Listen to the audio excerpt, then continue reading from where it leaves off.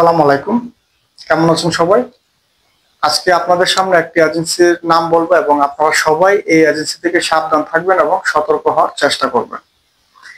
এজেন্সির নাম হচ্ছে আবির এন্ড ব্রাদার এজেন্সি এবং নওগাঁ ট্যুর অ্যান্ড ট্রাভেলস, সৈনিক ক্লাব, বনানী, ঢাকা। এই এজেন্সি থেকে আমাদের কিছু সংখ্যক বাংলাদেশি ভাইদেরকে পাঠানো হয়েছে সৌদি আরবে। তাদেরকে বলা হয়েছিল অফিস ক্লিনারের কাজ দিবে, কিন্তু তাদের বর্তমান অবস্থা অনেক ভয়াবহ এবং কঠিন পরিস্থিতি। তাদের মধ্যে থেকে কিছু সংখ্যক লোককে ঘাস কাটার কাজে দিয়েছে এবং কিছু সংখ্যক লোককে মরুভূমির কাজে দেওয়া হয়েছে। এখন কথা হচ্ছে যে তাদের যে কাজের কথা ছিল কিংবা তাদেরকে যা বলে পাঠানো হয়েছিল তার কোনো কিছু কিন্তু ঠিক নাই, অর্থাৎ তাদের সাথে প্রতারণা করা হয়েছে, এটা স্পষ্ট। এখন দেখেন, একজন মানুষ প্রবাসে আসার পর সবচেয়ে বড় যে সমস্যা কিংবা সবচেয়ে বেশি যেটা মানুষকে মানসিকভাবে ভেঙে দেয় সেটা হচ্ছে তার বেতন যদি ঠিকভাবে না পায়। আজকে ওই বাংলাদেশি ভাইয়েরা হচ্ছে তারা ঘাস কাটার কাজ করতেছে, প্লাস মরুভূমিতে কাজ করাইতেছে, কিন্তু তাদের বেতন থেকে শুরু করে খাবার কোনো কিছু ঠিকভাবে দিচ্ছে না। বেতন তো দিচ্ছেই না, সেই সাথে খাবারের কোনো নিশ্চয়তা পাচ্ছে না তারা।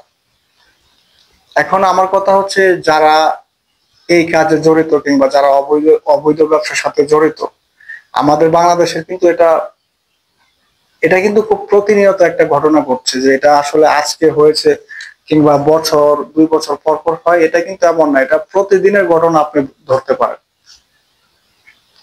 যে আজকে যাদের সাথে হয়েছে হয়তোবা কালকে অন্যদের সাথে হবে, কিন্তু এটা প্রতিনিয়ত হচ্ছে। আবার এটাও বলতে পারেন যে হয়তোবা প্রচার হচ্ছে না। দেখেন, এসব বিষয় নিয়ে কথা বলা কিংবা প্রচার করার মতো মন মানসিকতা কিংবা সময় সবার কাছে থাকে না। যেমনটা আমি বলি কিংবা আমি কথা বলে আমি চেষ্টা করি, কারণ হচ্ছে আমার ইচ্ছা যে আমি এটা নিয়ে কথা বলবো এবং এটা নিয়ে কিছু করব, যেন আমাদের বাংলাদেশের প্রবাসী ভাইরা যে সমস্যার শিকার হয় তা থেকে যেন সবাই মুক্তি পায়, এজন্য আমি কথা বলি।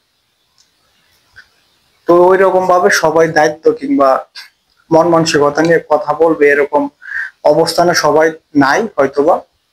তো আমি সবাইকে বলবো যে এই যে দেখেন, আমাদের বাংলাদেশিরা যেভাবে বিপদে পড়তেছে কিংবা প্রতারণার শিকার হচ্ছে, তারপরও কি আমাদের বাংলাদেশের কেউ থেমে আছে এই প্রবাসে আসার ক্ষেত্রে? কেউ কিন্তু থেমে নাই এবং কেউ সতর্কতা অবলম্বন করতেছে না। আজকে আমাদের নতুন প্রজন্মের চোখে শুধু একটাই স্বপ্ন, যে প্রবাসে মানে বিদেশে যেতে হবে, এটাই স্বপ্ন। কি ভালো হবে না খারাপ হবে এটা দেখার বিষয় না, বিদেশে যেতেই হবে। আর এরকম আরো অনেক এজেন্সি এবং অনেক ট্রাভেলস আছে যারা শুধু মানব পাচার এবং নারী পাচারের ব্যবসা করে, অর্থাৎ তাদের কোনো কাজ কিংবা কোনো কিছু থাকে না। এমনকি আপনি যদি খোঁজ নিয়ে দেখেন, তাদের হয়তোবা সরকারি কোনো লাইসেন্সও নাই, হয়তোবা কারো মাধ্যমে কিংবা বড় কোনো লিঙ্কের মাধ্যমে হয়তোবা তারা এই কাজগুলি করার সাহস পায়। এখন আমার কথা হচ্ছে যে দেখেন, যেভাবে আমাদের দেশের মানুষ প্রতারিত হচ্ছে কিংবা এটার সংখ্যা দিন দিন যেভাবে বাড়তেছে, আজকে হয়তোবা আপনার দেশ কিংবা আপনি টের পাচ্ছেন না, কিন্তু এটা এমন একটা সময় আসবে যে সারা বাংলাদেশ এটার জন্য কাঁদবে, যে আসলে আমাদের দেশের কি ক্ষতি হয়েছে কিংবা কি হবে এটা এখন বুঝবেন না, যখন হবে তখন আপনাদের কোনো কিছু করার থাকবে না। আজকে যদি আমি আপনাদেরকে বলি যে সমস্যার কথা, দেখেন আজকে আমি প্রায় সময় বিভিন্ন জায়গায় ঘুরতে যাই কিংবা এই বিষয়গুলি সংগ্রহ করার জন্য আমি যাই। তো আমি এখন যেখানে আছি সৌদি আরব রিয়াদে একটা জায়গার নাম হচ্ছে ভাতা।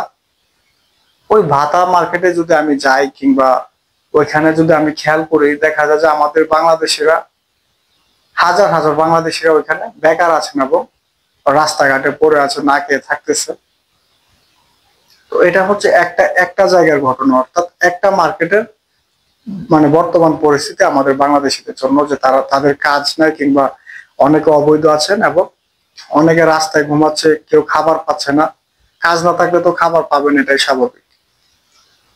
এখন আমার কথা হচ্ছে, ওই রকম ভাবে যদি আপনারা হিসাব করেন, তাহলে কিন্তু সারা সৌদি আরবের মধ্যে হয়তো বা লক্ষ লক্ষ বাংলাদেশি আছেন যারা অবৈধ আছেন এবং বিপদের মধ্যে আছেন। কিন্তু আপনি যদি একটু খেয়াল করেন, এই যে সমস্যাগুলি কিংবা যেই কারণে তারা সমস্যায় পড়তেছে, এটা নিয়ে কিন্তু কেউ কথা বলতেছে না, এবং কালকে যারা আসবে তারাও কিন্তু এটা নিয়ে সচেতন হচ্ছে না।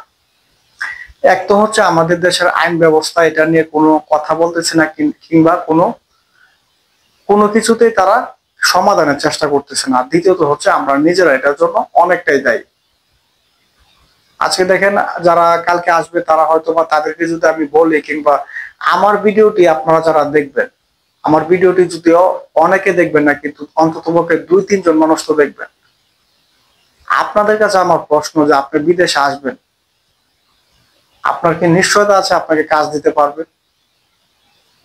কিংবা আপনার স্যালারি কত হবে এটা নিশ্চয়তা আপনার কাছে আছে?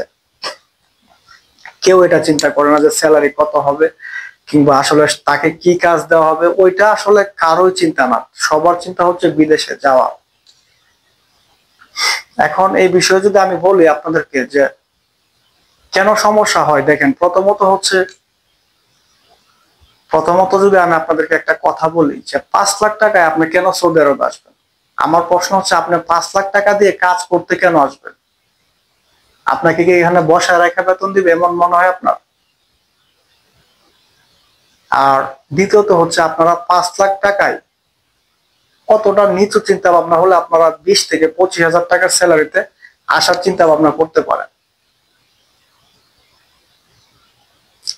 আজকে আমি বারবার একটা কথাই বলি যে আমাদের বাংলাদেশে যে প্রবাসী সেক্টর, এটাতে যেই পরিমাণ দুর্নীতি আছে, সারা বিশ্বের মধ্যে এই পরিমাণ দুর্নীতি নাই।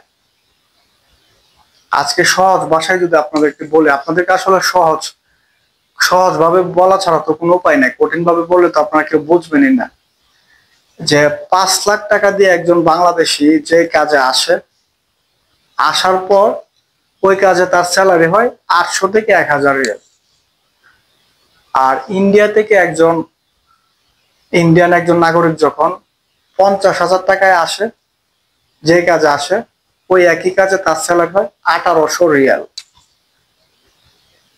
এখন একটা কথা যদি বলি, দেখেন, বাস্তবতা হচ্ছে যে বাংলাদেশ থেকে সর্বনিম্ন যে টাকাটা লাগে, সর্বনিম্ন আপনার 3 থেকে 4 লাখ টাকা লাগে। 3 লাখ টাকা আপনার লাগবে। সৌদি আরবের নাম মুখে যদি আপনার নেন, আপনার 3 লাখ টাকা লাগবে। অথচ ওইখানে তাদেরকে কাজের নিশ্চয়তা থেকে শুরু করে তাদেরকে ভালো কোম্পানি, ভালো স্যালারি, কোনো কিছু নিশ্চয়তা দিতে পারবে না, তারা শুধু পাঠাবে। আর ইন্ডিয়া থেকে যদি কেউ আসে, তাদের ক্ষেত্রে 50 থেকে সর্বোচ্চ 70,000 টাকা লাগবে। তার বেশি কখনোই কেউ মুখে আনতে পারবে না। আর তারা 70,000 টাকায় যদি আসে সর্বোচ্চ টাকা দিয়ে, তাদের স্যালারি হবে 1800 রিয়াল, এবং তাদের কাজের নিশ্চয়তা থেকে শুরু করে যা যা সুযোগ সুবিধা তাদেরকে দেওয়া উচিত সবগুলোই তারা পাবে। এখন দেখেন, আমাদের বাংলাদেশিরা তো লক্ষ লক্ষ বাংলাদেশি প্রবাসীরা কিন্তু বিপদে আছে। তো আসলে একজন দেশে কারো কাছে কমপ্লেন করবে কিংবা এই বিষয়ে কথা বলবে, ওই রকম তো আপনার ওই চিন্তাটা তো আসলে বাদ দিলেই হয়। কারণ হচ্ছে, যেহেতু যে জায়গায় লক্ষ লক্ষ মানুষ বিপদে, ওই জায়গায় কিছু করতেছে না, আর একজন আসলে কথা বলে কি লাভ হবে? আর ইন্ডিয়া থেকে যদি কেউ আসার পর কোনো সমস্যা হয়, তার দেশের আইন কি জানেন? তার দেশের আইন হচ্ছে 48 ঘন্টার মধ্যে ওই সমস্যার সমাধান করতে হবে, এবং তাকে সসম্মানে দেশে পাঠিয়ে তার ক্ষতিপূরণ দিতে হবে। আর আপনি যদি খেয়াল করেন, সেক্ষেত্রে আমাদের বাংলাদেশিরা, লক্ষ লক্ষ বাংলাদেশিরা অবৈধ আছেন, তাদেরকে অত্যাচার করতেছে, কিংবা কাজের কোনো নিশ্চয়তা নাই, না খেয়ে থাকতেছে। অথচ সবাই দেশের সর্বত্র জনগণ নীরব ভূমিকায় আছেন, যে প্রবাসীরা দেশের নাগরিকই না, প্রবাসীরা দেশের কিছুই না। প্রবাসীরা হচ্ছে শুধু রেমিটেন্স বুঝেন না? রেমিটেন্স হচ্ছে যে আপনি প্রবাসে থেকে যদি আপনি প্রতি মাসে 5,000 টাকাও পাঠান, ওইটা কি হবে? ওইটা ওই দেশে, আপনার বাংলাদেশে গিয়ে ওইটা রেমিটেন্স হিসেবে যুক্ত হবে এবং রিজার্ভ ব্যাংকে জমা হবে। কিন্তু আপনি 5 লাখ টাকা দিয়ে আসার পর যে আপনার সংসারের চাপ, আপনার ঋণের চাপ, ওইগুলি তো আর সরকার কিংবা দেশের মানুষ দেখার প্রয়োজন মনে করবে না। আপনি 5 লাখ টাকা দিয়ে আসার পর যদি আপনি 20,000 টাকা পাঠান, তাতে আপনার পরিবারের সমস্যা হবে এবং আপনার পরিবার ক্ষতির সম্মুখীন হবে। কিন্তু সরকার কিন্তু রেমিটেন্স পাবে এবং দেশের যে রেমিটেন্সের যে একটা আকার ওইটা কিন্তু বৃদ্ধি হবে। তো আসলে আপনাদেরকে বোঝানোর মতো ভাষা কিংবা কোনো ক্ষমতায় আমার নাই। আমি আসলে এই বিষয় নিয়ে আমি চেয়েছিলাম যে এই বিষয়টা নিয়ে কথা বলে হয়তো বা একটা পর্যায়ে সমাধানের সবাই মিলে কাজ করে এটাকে সমাধান করব, কিন্তু আমার মনে হচ্ছে যে আসলে এটা খুব কঠিন হয়ে যাবে, হয়তো আমি নিজে হয়তো বা ঝরে যাব খুব তাড়াতাড়ি। তারপর আমি আপনাদেরকে শেষবারের মতো আবারও বলতেছি যে আপনারা সবাই এই এজেন্সি থেকে সাবধান থাকবেন এবং যারা ইতিমধ্যে এই এজেন্সির সাথে জড়িত আছেন সবাই নিজেকে সরিয়ে ফেলার চেষ্টা করবেন। এজেন্সির নাম হচ্ছে আবির অ্যান্ড ব্রাদার এজেন্সি এবং নওগাঁ ট্যুর অ্যান্ড ট্রাভেলস, সৈনিক ক্লাব, বনানী, ঢাকা। তো এরকম আমাদের বাংলাদেশে যে অসাধু ব্যবসায়ী কিংবা অসাধু এজেন্সি আছে তারা আসলে নিশ্চিন্তায় আছে, কারণ হচ্ছে তাদের বিরুদ্ধে এখনো কোনো অ্যাকশন নেওয়া হচ্ছে না। তো ইনশাল্লাহ খুব তাড়াতাড়ি হয়তোবা সরকার এটা নিয়ে কিছু করবে, আমরা আশাবাদী। তো আজকে আর বেশি কথা বলবো না, সবাইকে অসংখ্য ধন্যবাদ, সবাই ভালো থাকবে।